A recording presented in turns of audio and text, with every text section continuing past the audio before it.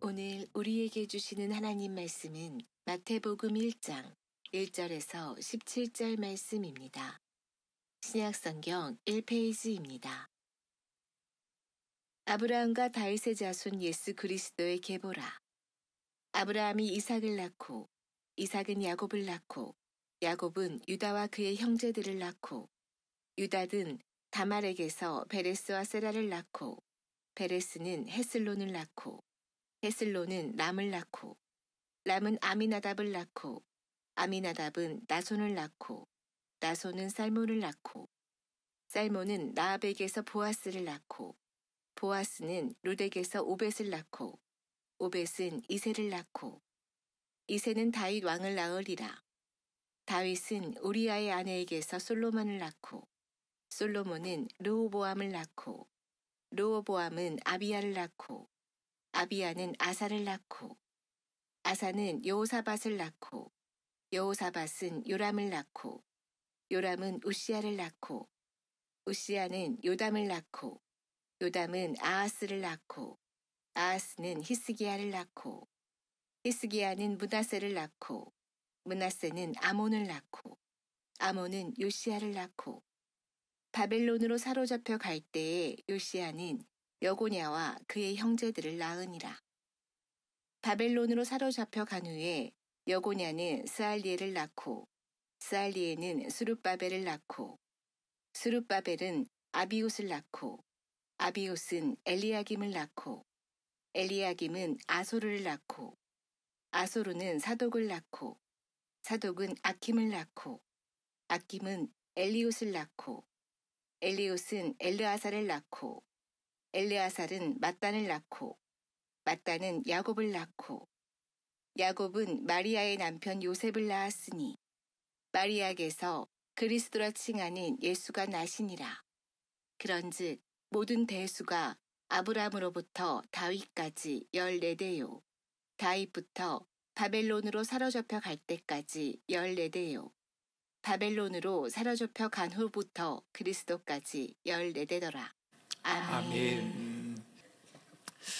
여러분, 많은 나라들이 고유한 족보 제도를 가지고 있다고 합니다. 서구에서는 패밀리 트리라고 부르고 일본에서는 가보라고 부르고 중국에서는 종보라고 부른답니다. 계보학의 종주국 어느 나라일까요? 계보학의 종주국이 우리나라랍니다. 국립도서관에 약 600종 3,000여 권의 족보가 소장되어 있다고 합니다. 사람들은 족보를 통해서 내 혈통이 어떻게 되는지, 내 뿌리가 어딘지, 고향이 어딘지, 여러분 그것을 소중히 여기는 마음을 확인하려고 합니다. 유대 문화에서도 족보는 중요한 역할을 했습니다. 권력과 명예를 드러내는 수단으로 사용이 됐습니다. 그런데 권력과 명예를 드러내는 수단, 그 기능, 그 역할에 비추어 보면 오늘 족보에는 어울리지 않는 사람들의 이름이 많이 등장합니다. 이스라엘 2000년의 역사를 걸쳐서 살아온 사람들의 이름이 본문 17절에 소개되어져 있습니다. 여러분, 오늘 나눔 중에 몇 명일까요? 하는 질문이 있습니다만 집에 가서 한번 헤아려 보시기 바랍니다. 누구의 형제 이런 거 말고 실제 이름만 나오는 사람을 한번 헤아려 보시면 40명이 좀 넘는 사람들의 이름이 거기에 등장을 합니다. 그런데 그 가운데는 권력과 명예와는 관련이 없는 사람이 있습니다. 심지어는 권력과 명예에 손상을 주는 사람도 있습니다. 여러 왕의 이름이 등장하고 있기 때문에 참 이 집안이 대단한 집안이구나 그렇게 생각할 수도 있습니다만, 족보를 읽어 내려가다 보면 이 사람이 왜 족보에 실린 건가? 의구심이 드는 경우도 있습니다. 본문의 족보에는 일관된 기준이 존재하지 않습니다. 사악한 왕이 선한 왕을 낳기도 하고 반대로 선한 왕이 사악한 왕을 낳기도 합니다. 르호보암, 아비야, 하나님 보시기에 악한 왕입니다. 그런데 그들의 후손인 아사, 여호사밧, 선한 왕입니다. 여호사밧 왕의 자손인 요람, 악한 왕입니다. 여호와 앞에 정직하게 행했던 히스기야와 달리 므낫세, 여호와 앞에 악을 행합니다. 아버지가 헐어버렸던 신당과 우상을 다시 세우고 여호와의 진노를 격발한 장본인, 그가 바로 히스기야의 아들인 므낫세입니다. 여호람이라고 불리는 요람, 그 아버지 여호사밧과는 달리 우상을 섬기고 자기 형제와 신하들을 죽여버립니다. 여호와 앞에 패역을 행했습니다. 초년에 하나님 앞에 정직하게 살면서 종교개혁을 단행했던 아사, 말년에는 불신앙의 길을 걷고 맙니다. 처음 마음을 끝까지 간직하지 못한 사람은 아사만이 아닙니다. 우시야도 마찬가지입니다. 처음에는 하나님 보시기에 정직하게 행하다가 장성하자 교만해져서 하나님 앞에 악을 행합니다. 기생인 다말과 라합은 어떻습니까? 이방 모압 여인 룻은 어떤가요? 솔로몬의 모친인 바세바는 어떻습니까? 이 사람들의 이름을 보고 있노라면 족보를 읽고 있는 우리들의 마음이 더 혼란스럽습니다. 헬라와 유대 문화에서 모두 법적인 권리가 없는 여인의 이름이 등장하고 있기 때문입니다. 당시 여인들은 상속권도 법정에서 증언할 권리도 없던 시대를 살았습니다. 남편의 권한 아래 머물러 있어야 했던 사람이기보다는 물건과 소유의 개념으로 취급을 받았던 시대, 여러분 그때가 바로 로마 시대입니다. 지금 유대인들과 헬라 문화가 있는 이 당시란 말입니다. 그 당시 유대인들은 여자로 태어나지 않은 것을 감사합니다라고 감사헌금을 드렸답니다. 그 정도로 여인들이 고통을 받았던 시대입니다. 그런데 그들의 이름이 족보에 실려져 있습니다. 여호와 하나님 앞에서 악한 왕들, 아무 권리도 주장할 수 없었던 여인과 이방인의 이름이 포함된 것, 여러분 이 모든 것은 권력과 명예를 중시하는 당시 족보의 기능과는 좀 거리가 좀 있어 보입니다. 더구나 본문은 이것이 예수 그리스도에 대한 족보라고 밝히고 있기 때문에 더 당황스럽습니다. 1절은 이렇게 증언합니다. 아브라함과 다윗의 자손 예수 그리스도의 계보라. 여러분 만약 제가 성경의 저자였다면, 이 족보를 적는 사람이라면 별로 매력적이지 않는 사람들의 이름은 굳이 기록하지 않았을 것 같습니다. 내세울 만한 인물도 자랑할 만한 사실도 아니기 때문이지요. 그런데 본문은 사람들에게 숨기고 싶은 인물, 그 사람이 예수와 관계 있는 사람이다 이렇게 말하면 좀 부끄러워질 수 있을 만한 사람의 이름을 과감하게 드러내고 있습니다. 하나님께서 성경의 저자를 통해서 이렇게 하시는 이유가 무엇일까요? 본문은 족보에 어울리지 않는 사람을 왜 등장시키고 있는 것입니까? 여러분 본문은 왜 그 사람들을 등장시키고 있는지에 대한 정확한 이유를 우리에게 말해주고 있지 않습니다. 그런데 본문을 읽으면서 우리가 깨달을 수 있는 확신이 하나 있습니다. 마태복음 1장의 족보가 전해주는 내용은 그저 과거를 살았던 다양한 사람들의 이야기가 아니란 겁니다. 역사의 주인공이신 예수 그리스도를 향하고 있다. 그것은 분명합니다. 오늘 마태복음의 저자는 역사 속에서 탁월했던 한 가문을 우리에게 소개하고 있는 것이 아닙니다. 족보의 시작과 마지막인 1절과 18절을 보면 예수 그리스도의 나심과 예수 그리스도의 출현에 대해서 강조하고 있습니다. 이런 것을 보면 본문의 중심이 예수 그리스도를 향하고 있다, 이렇게 결론을 내릴 수 있다는 겁니다.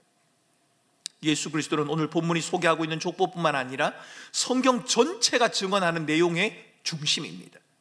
요한복음 5장 36절 이하에는 세례 요한이 백성들에게 올 사람이 있다, 그 사람이 누군지 너희들은 알고 있어야 한다고 말하는데 그 사람이 바로 예수님이었습니다. 그리고 예수님은 영생과 구원에 관해 말하고 있는 성경의 핵심이다, 그렇게 가르쳤습니다. 예수가 없는 성경 기대할 수 없다는 거죠. 요한복음은 생명에 관한 이야기를 많이 합니다. 여러분 요한복음을 읽어보면 생명, 영생 이런 표현들이 자주 등장을 합니다. 생명과 영생이라는 단어는 다른 별개의 단어가 아니라 서로 호환되고 있는 똑같은 단어입니다. 영생이 죽음 이후에야 누릴 수 있을 것으로 의미하는 것이 아니라 예수 믿고 이 땅에서부터 누리는 모든 삶의 모습, 이것을 영생 혹은 생명이라고 성경은 말하고 있는 것입니다. 우리는 장차 부활 후에 영원한 생명을 누리게 될 것을 믿습니다. 하지만 그 생명의 풍성함은 죽어서 천국에 가서만 누리는 것이 아니라 이 땅 가운데서도 이미 누리기 시작한 겁니다. 이 생명과 영생은 예수님으로 말미암아 주어집니다. 이것이 성경이 우리에게 가르치는, 시종일관 가르치고 있는 내용입니다. 그러니까 예수 그리스도로 말미암아 우리에게 영원한 생명이 주어졌다, 영생이 주어졌다는 사실, 이 생명이 죽어서만 시작되는 것이 아니라 예수 그리스도를 믿을 때 시작된다는 것, 여러분 이것이 바로 성경이 우리에게 말해주는 내용입니다. 성경의 의도와 목적을 바로 이해하는 것은 중요합니다. 의도와 목적을 잃어버리게 되면 마치 항해하는 배가 방향을 놓쳐버리는 것과 같습니다. 성경의 목적은 인격 수양이나 인생에 필요한 지혜와 지식을 제공하는 것에 있지 않습니다. 여러분 성경을 보면서 우리의 마음에 감동이 되는 성경 구절을 기억하거나 암송할 수 있습니다. 괜찮습니다. 성경을 읽으면서 지혜와 지식을 얻을 수도 있습니다. 그러나 인격 수양이나 지혜와 지식을 얻는 것이 성경의 본래의 목적은 아닙니다. 성경의 목적은 죄로 말미암아 하나님과의 관계가 끊어진 인간, 죄와 죽음의 절망 앞에서 아무런 소망도 없는 그 인간들을 구원하셔서 새로운 생명, 영생을 누리도록 이 땅에 오신 분이 계신다. 그분이 바로 예수 그리스도시다. 여러분, 이것이 바로 성경이 우리에게 말해주는 바요, 성경에 기록된 목적인 것입니다. 오늘 본문의 족보 역시도 성경이 가진 이 목적에서 벗어나 있지 않습니다. 아브라함과 다윗의 자손 예수 그리스도의 세계라. 아브라함과 다윗의 자손이라고 하는 이 표현 유대인들에게 낯선 것이 아니었습니다. 그들은 구약을 통해서 하나님이 약속한 메시아 구원자를 오랫동안 기다려왔고, 성경은 그 구원자 메시아를 말할 때 아브라함과 다윗의 자손이라고 표현해 왔습니다. 구약에서 약속한 마지막 예언이 주어진 지 400년이 지나가 버렸습니다. 메시아를 기다리던 유대인들의 목마름은 극에 달해져 있습니다. 오래 기다렸습니다. 그런데 아직 구원자가 없습니다. 소망이 끊어져 버린 듯한 유대인들에게 가뭄의 단비처럼 들려지는 소식이 전해졌습니다. 아브라함과 다윗의 자손 예수 그리스도의 세계라.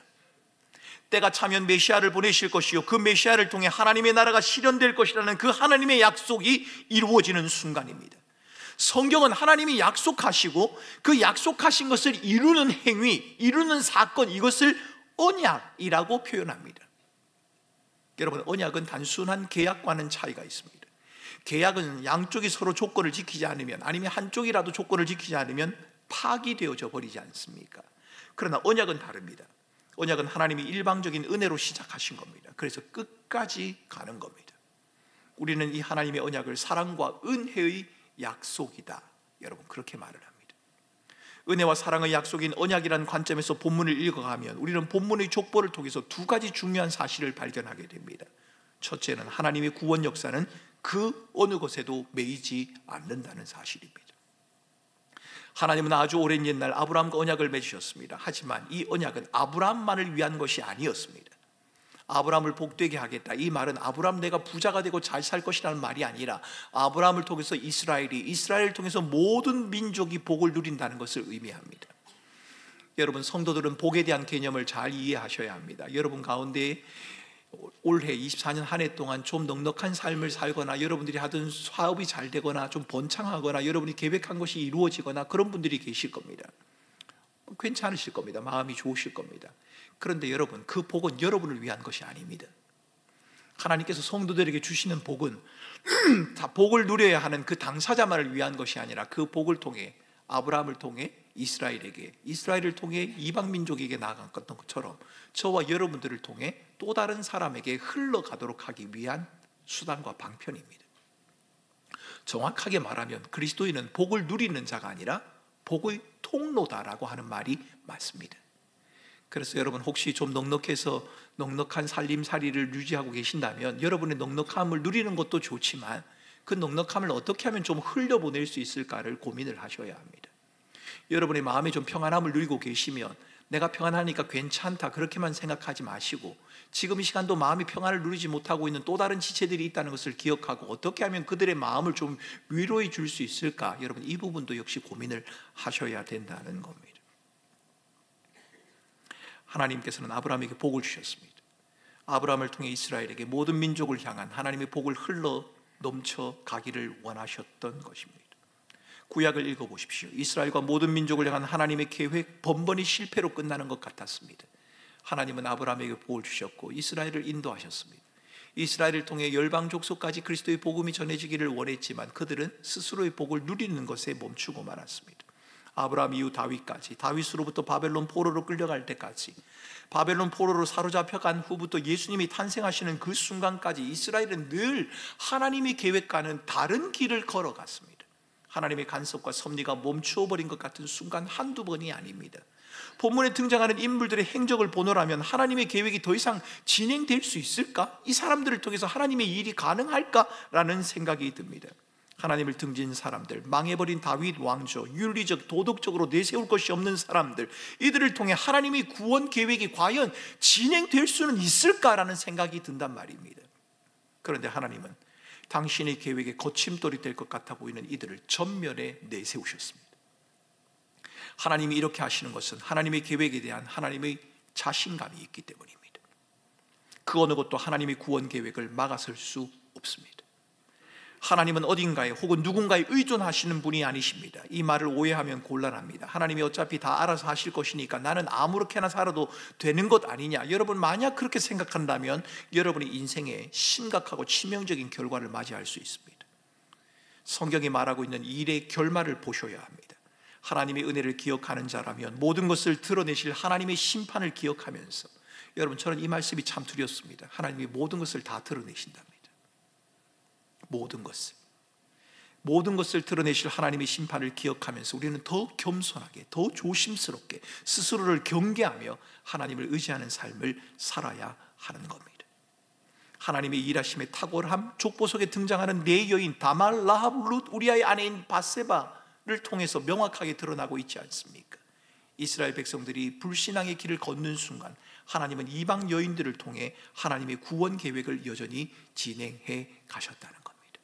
여러분, 하나님의 일하심을 막을 수 있는 자 아무도 없습니다. 그러게 여러분, 저는 여러분들에게 부탁을 드립니다. 우리가 살아가는 삶의 현실이 우리를 궁지로 몰아갈 때가 있을 것입니다. 소망이 없어져 버리고 사라져 버린 것 같은 그런 순간이 우리에게 있을 겁니다. 그런데 여러분, 한 가지 기억하셔야 하는 것이 있습니다. 모든 것이 다 망해버린 것 같고 끝인 것 같아도 하나님의 구원 계획은 멈추지 않습니다. 그래서 우리는 그 구원 계획을 바라보며 하나님을 의지하는 삶을 살아야 하고, 하나님을 의지하며 믿음의 길을 계속해서 가야 하는 겁니다. 여성의 이름이 메시아의 족보에 등장하고 유대인과 이방인 사이의 차별이 무너지는 놀라운 장면이 오늘 본문 가운데 펼쳐지고 있습니다. 더 이상 차별이 없습니다. 어떤 사람도 하나님의 부르심과 사랑이 필요하지 않다 그렇게 말할 수 있는 사람이 없고, 어떤 사람도 나는 하나님의 사랑과 부르심이 필요 없습니다라고 거절할 수 있는 사람도 없습니다. 하나님의 부르심과 사랑을 앞세워서 자기를 내세우고 자랑할 수 있는 사람도 없습니다. 하나님의 구원 역사는 그 어느 것에도 매이지 아니하고 하나님 스스로 행하시는 것이기 때문입니다. 하나님은 저와 여러분들을 부르셔서 예수 그리스도의 거룩한 족보에 우리의 이름을 포함시키실 수 있는 분입니다. 왜요? 하나님의 일은 누군가에 의존해서 하는 것이 아니라 하나님 스스로, 하나님의 주권과 하나님의 통치를 통해 행하시는 놀라운 은혜의 행위이기 때문에 그런 것입니다. 본문의 족보를 통해 우리가 확인할 수 있는 두 번째 사실은 예수 그리스도로 말미암아 우리에게 죄 사함이 주어진다는 겁니다. 그리스도, 히브리어로 말하면 메시아라고 하는 말은 이스라엘의 기름 부음 받은 왕, 특별히 다윗 왕을 회상하게 만듭니다. 선지자 나단을 통해 다윗의 집과 보좌가 영원히 세워질 것이라 약속한 적이 있습니다. 그러나 다윗 왕은 육신적으로 연약과 부족이 있었고 한계가 있었기 때문에 죽음을 맞이합니다. 다윗의 왕관은 멸망했습니다. 그러나 하나님의 언약을 통해 세워질 왕, 다윗의 혈통을 통해 주어질 왕이신 예수 그리스도, 그분에게는 온전한 회복과 죄사함의 은혜가 있다고 우리에게 말하고 있는 겁니다. 다윗은 사라졌습니다. 다윗의 가문은 사라졌습니다. 그러나 다윗의 가문을 통해 우리에게 주어진 영원한 왕이신 예수 그리스도, 그분은 우리에게 계십니다. 그분이 우리의 죄를 사하시며 그분이 하나님과 우리와의 관계를 회복하신다고 말합니다. 여러분, 우리가 잘못한 행위 하나하나를 주님이 용서하신다, 여러분, 그 말도 맞는 말일 겁니다. 그러나 여러분, 우리가 죄 사함을 받는다, 용서를 받는다고 말할 때 그것은 지난 한 주 동안 내가 무슨 말을 잘못했지, 어떤 행동 하나를 잘못했지, 그것을 하나하나 떠올려 하나님 앞에 용서를 구하는 것, 그것도 맞을 겁니다. 하지만 죄 사함의 원래의 의미는 그것이 아닙니다.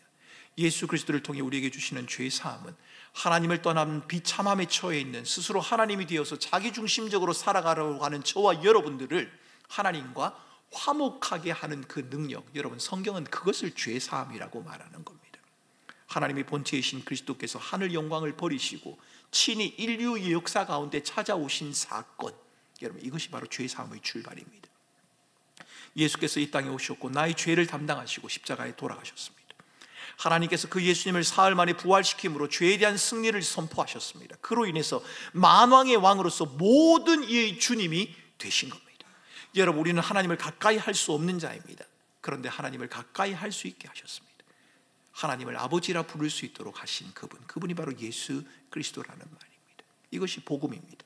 메시아이신 예수 그리스도께서는 하나님을 거역하고 떠난 사람들을 하나님의 백성으로 삼으셨고 그들에게 영원한 생명을 주기 위해 이 땅에 오셨습니다. 약속하신 다윗의 혈통을 따라서 그렇게 오신 겁니다. 그리고 십자가에 죽으셨습니다. 죄의 결과인 죽음의 심판을 친히 해결하시겠다는 하나님의 약속을 이루시기 위해서 메시아이신 예수 그리스도께서 이 땅에 오셨고 십자가에 죽으셨고 부활하셨고 승천하셨습니다. 그리고 다시 오실 것입니다. 하나님의 예언과 약속이 예수 그리스도를 통해 완성된 겁니다. 우리를 위해 이 땅에 오신 메시아 예수 그리스도를 통해 우리는 하나님의 사랑을 확증합니다. 여러분, 이것이 바로 아브라함과 다윗의 자손 예수 그리스도의 계보라라고 말하는 이 본문이 우리에게 던져주는 메시지인 겁니다. 그저 한 사람이 그 가문을 통해서 태어났다고 하는 것을 우리에게 말하고 있는 것이 아니라 하나님이 약속하신 그 약속이 예수 그리스도를 통하여 이루어졌다고 하는 것을 우리에게 말해주고 있습니다. 여러분, 바울은 이 복음을 하나님의 능력이라고 말합니다. 철학을 좋아하는 사람들에게는 예수 그리스도의 오심과 십자가의 죽음이, 부활이 유치하게 들리고 사상을 탐하는 사람들에게는 어리석어 보일 수도 있습니다. 하지만 사람을 변화시키고 구원하는 능력, 우리의 인생의 새로운 출발점은 예수 그리스도 그분 안에 있습니다. 아브라함과 다윗의 자손 예수 그리스도의 세계라, 예수 그리스도 그분을 통하여 우리에게 새로운 세계가 열렸다는 겁니다.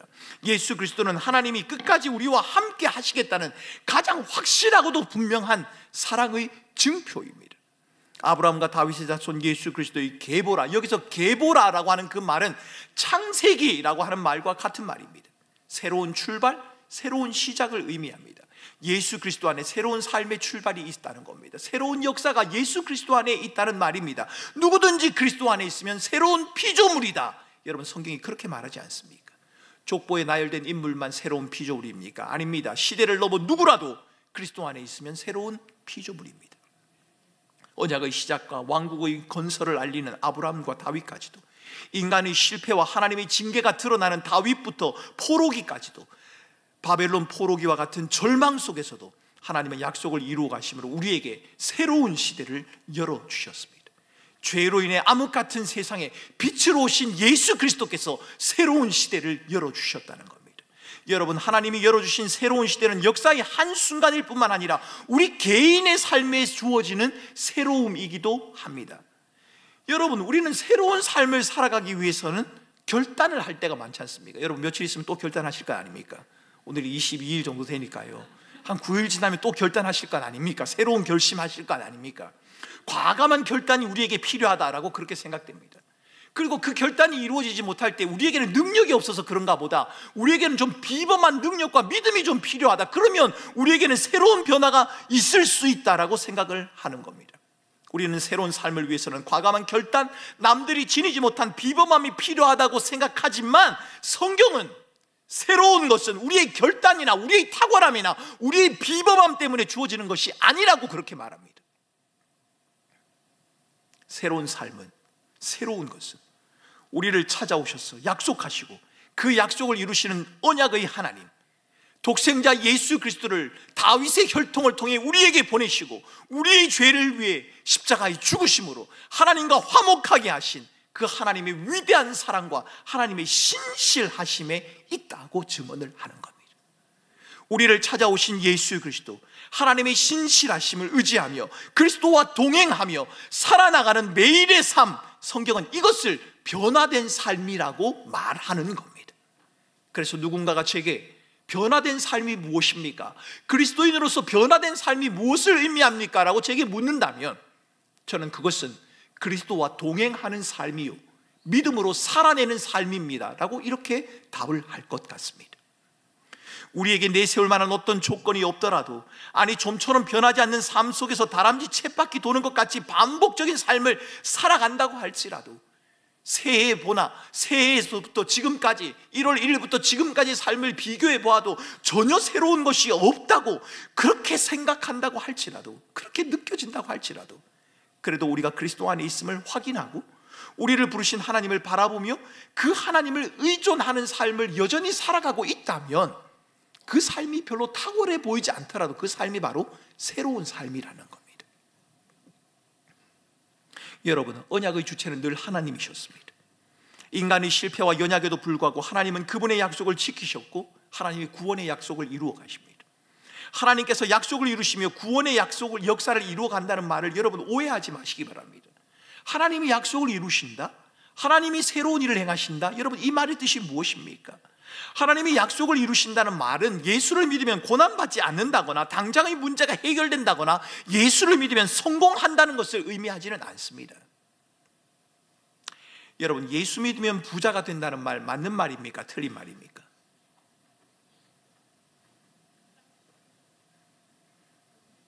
예수를 믿으면 부자가 됩니다. 맞는 말입니까? 틀린 말입니까? 잘 모르시겠습니까? 맞는 말이기도 하고 아닌 말이기도 합니다. 예수 믿는 사람 중에도 가난하게 사는 사람이 있지 않습니까? 예수 안 믿어도 부자가 있지 않습니까? 여러분, 예수 믿으면 부자가 된다는 말, 그럴 수도 있고 그렇지 않을 수도 있지만 이것을 공식처럼 말한다면 그것은 잘못입니다. 그것은 복음이 아닙니다. 예수님을 제대로 믿으면 반드시 부자가 된다, 우리는 그렇게 말하지 말아야 하고, 예수님을 제대로 믿으면 부자가 되나 부자가 되지 못하나 그 가운데서 자유를 누릴 수 있고, 부자가 되나 부자가 되지 못하나 그 가운데서 자존감을 회복할 수 있다, 그렇게 말해야 맞는 말입니다. 하나님이 약속을 이루신다는 말은 예수 믿으면 고난을 받지 않는다는 말이 아니라, 예수를 믿으면 오히려 세상과 맞서 고난을 자초할 만큼 영광스러운 기업의 상속자가 된다는 말이고, 고난 중에서도 주님께서 우리와 변함없이 함께 하신다는 사실을 붙들고 그 약속을 믿고 살아내는 것을 의미한다는 말입니다. 설령 부자가 되고 모든 일이 잘 풀린다고 할지라도 그것이 우리가 추구하는 최고의 가치가 될 수 없는 이유는 부유함과 성공 때문이 아니라 아브라함과 다윗의 자손이신 예수 그리스도로 말미암아 우리에게 새로운 생명이 주어졌기 때문이고, 예수 그리스도로 말미암아 새로운 세계, 새로운 삶이 우리에게 시작되었기 때문입니다. 여러분이 새로운 집으로 이사를 가셔도 새로운 삶이 시작된 게 맞을 겁니다. 여러분이 새로운 직장을 얻어도 새로운 삶이 시작됐다고 말할 수 있을 겁니다. 그런데 여러분, 그것은 궁극적으로 새로운 것이 아닙니다. 우리를 새롭게 하는 것은 하늘의 영광 보좌를 버리시고 이 땅에 오신 예수 그리스도, 그분이 우리의 주가 되셔서 우리의 삶을 이끌어 가시고 우리를 인도해 가신다는 그 사실을 부여잡고, 힘들지만 어렵지만 때로는 고난이 앞에 놓여져 있지만 나를 놓지 않으시는 하나님이 나와 함께 하신다는 그 약속의 말씀을 부여잡고 한 걸음 한 걸음 믿음의 여정을 내딛는 그 상태, 여러분, 그 삶이 바로 새로운 삶이라는 겁니다. 여러분, 올 한 해 여러분들이 정말 열심히 살아오신 줄 압니다. 열심히 살아오신 여러분들의 삶에 박수를 드리고 싶습니다. 그런데 어떤 분은 한 해를 돌아보면서 그래도 참 열심히 살았구나, 아름다운 삶의 열매가 있구나, 이런 분도 계실 거고요. 한 해가 지났는데 왜 이렇게 삶이 더 힘들어지고 더 버거워지고 더 불편해지느냐, 그런 분도 계실 겁니다. 25년을 대망의 한 해라고 부르며 기다리는 분도 계시겠지만 25년이 차라리 오지 않았으면 좋겠다, 그런 분도 이 자리에 분명히 계시지 않겠습니까? 그런데 여러분, 우리가 어떤 형편과 상황에 있더라도 우리가 새로운 피조물이고 우리가 날마다 새로운 삶을 살아간다라고 이렇게 단언할 수 있는 이유가 있다면, 아브라함과 다윗의 자손 예수 그리스도의 세계라, 그리스도께서 우리에게 찾아오셔서 우리의 주인이 되시고 우리의 삶을 다스리시고 우리의 삶을 끝까지 인도해 가신다는 그 약속이 우리에게 머물러 있기 때문이고, 주님이 그 약속을 반드시 지키시기 때문에 날마다 우리의 삶은 새롭다, 여러분, 우리는 그렇게 말할 수 있는 겁니다. 아침마다 주의 인자와 자비가 새롭습니다. 뭘 그렇게 새로운 게 있어서 그렇게 노래를 했겠습니까? 하나님의 인자와 자비가 새롭다는 겁니다. 하나님의 인자와 자비가 내게 머물러 있다는 겁니다. 아브라함과 다윗의 자손 예수 그리스도의 세계라, 성탄주일 주께서 우리에게 들려주시는 이 메시지는 역사의 주인공이신 예수님, 언약을 이루신 예수님이 저와 여러분에게 오셨다는, 그리고 이전 것은 지나갔고 새로운 것이 주어졌다는 새로운 삶에 대한 선언과도 같습니다. 계획하신 것은 반드시 이루고야 마시는 하나님의 신실하심을 보여주는 이 메시지, 아브라함과 다윗의 자손 예수 그리스도의 세계라, 여러분, 이것을 의역을 해보면 이렇게 말할 수 있습니다. 하나님은 당신을 끝까지 사랑하신다. 주님은 이 고백을 우리에게 들려주기를 원하십니다. 그러니 여러분, 지금 우리의 삶이 비록 실패로 가득 차 있다고 할지라도, 아니 연말인 지금도 여전히 우리의 약함과 실패 속에 아무런 소망도 가질 수 없을 만큼 암울하다고 할지라도, 하나님은 여전히 그의 구원 계획 속에서 하나님의 역사를 이루고 가고 계시고, 하나님의 변함없는 언약 가운데서 우리를 참여시키시는 신실한 분이시다. 여러분, 이 하나님에 대한 확신, 여러분, 이 부분을 놓치지 마시기 바랍니다. 하나님의 사랑과 함께 하심, 반드시 이루시고야 마시는 하나님의 신실함을 보여주는 증거가 뭔가요? 여러분이 소원하는 기도 제목을 들어주면 하나님의 사랑을 확증하시겠습니까? 여러분이 마음에 원하고 바라는 것을 주님이 이루어 주시면 하나님이 나를 사랑하는구나 그렇게 생각하실 것 같습니까? 잠시 그럴 겁니다. 그런데 여러분, 우리가 살아가는 세상이 죄로 인하여 타락한 세상이지 않습니까? 날마다 결핍을 느끼며 살아가는 것이 우리들이지 않습니까? 참된 만족이 없는 세상을 저희들이 살아가고 있지 않습니까? 그래서 여러분, 우리가 원하고 바라는 것을 아무리 우리가 가진다 할지라도 그것이 우리에게 새로운 삶을 보장해 주거나 우리에게 진정한 만족을 가져다 줄 수는 없습니다. 우리의 진정한 만족은, 하나님이 우리를 사랑하신다는 그 확증은 내가 원하고 바라는 것을 가지는 것에서 주어지는 것이 아니라 하늘의 영광 보좌를 버리시고 이 땅에 오신 아브라함과 다윗의 자손 예수 그리스도의 계보라, 하나님의 약속의 성취이신 예수 그리스도, 그분을 통해 우리는 확인하는 겁니다. 하나님의 사랑이 의심스러우십니까? 하나님이 나를 버린 것 같다는 느낌이 드십니까? 십자가의 주님을 다시 한번 보시기 바랍니다. 그분이 여러분을 사랑하십니다. 여러분을 위해 죽으신 그분이 바로 예수 그리스도이십니다. 그러나 그분은 죽음으로 멈추지 아니하고 부활하셨고 하늘 위에 승천하셨습니다. 그리고 장차 다시 오시겠다고 말씀하십니다. 그리스도께서 다시 오심으로 우리에게 주어지는 온전한 변화가 있는 그날까지 우리와 함께 하시는 그분을 신뢰하고 의지하며 그 부르심에 합당한 삶을 살아가고자 한 걸음 한 걸음 옮겨가는 저와 여러분의 모든 삶, 그것은 바로 새로운 삶이요, 새로운 피조물의 삶이다, 그렇게 말할 수 있는 겁니다. 여러분, 이번 한 주간도 우리를 날마다 새롭게 하시는 하나님을 의지하고 신뢰하며 살아가는, 우리 앞에 새롭게 열려진 믿음의 삶을 살아가는 저와 여러분의 복된 믿음의 여정이 계속될 수 있기를 주님의 이름으로 축원합니다. 여러분, 오늘 말씀을 기억하며 함께 기도하겠습니다. 여러분의 이름이 마태복음에 이어서 계속 기록되는 주님의 족보에 기록되어 있다는 것을 여러분 아십니까? 혹시 여러분 가운데 내 이름이 거기에 없을 것 같다는 생각, 그런 생각 가지신 분이 계십니까? 그런데 여러분, 그 족보는 여러분의 공로나 여러분의 선행이나 업적 때문에 기록된 것이 아닙니다. 주님의 부르심과 주님의 은혜를 통해서 기록된 이름, 그것이 바로 주님의 족보에 적힌 이름들입니다. 다말, 라합, 룻, 우리아의 아내인 바세바. 여러분, 우리의 삶이 연약하고 부족하고 실패가 있어도 주께서 은혜로 우리의 이름을 그곳에 기록하셨다고 말씀하십니다. 여러분, 우리는 이 은혜를 잊어버리지 말아야 합니다. 우리는 이 은혜를 힘입으며 살아가는 겁니다.